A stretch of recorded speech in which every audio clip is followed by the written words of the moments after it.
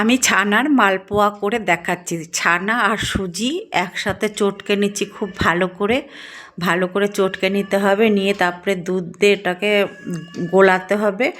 ব্যাটারটাকে তৈরি করে নিলাম, একটু ঘন করে তৈরি করতে হবে ব্যাটারটা। তারপর একে একে সব মশলা আমি প্রয়োগ করছি। সবার প্রথমে দিয়ে দিলাম গোলমরিচের গুঁড়ো, আর দিয়ে দিলাম এলাচ গুঁড়ো আর গোটা মৌরি দিয়ে এবার ব্যাটারটার সাথে ভালো করে মিশিয়ে নিয়ে কড়াতে ঘি দিয়ে দিলাম। ঘিটা দেখো গরম হয়ে গেছে। আর ওদিকে আমি একটা আলাদা আলাদা কড়াইতে জল আর চিনি দিয়ে একটা রস তৈরি করে নিচ্ছি। আর দিয়ে দিচ্ছি এলাচের গুঁড়ো রসটা তৈরি করার জন্য। আর কড়াইয়ের ঘিয়ের মধ্যে এবার ব্যাটারটা হাতার সাহায্যে তুলে নিয়ে আমি ব্যাটারটা দিয়ে দিলাম মালপোয়ার জন্য। মালপোয়াটা খুব একটু আস্তে আস্তে করে নাড়তে হবে, যেহেতু ছানার তো, নয়তো ভেঙে যেতে পারে, ভীষণ নরম হয় খেতে।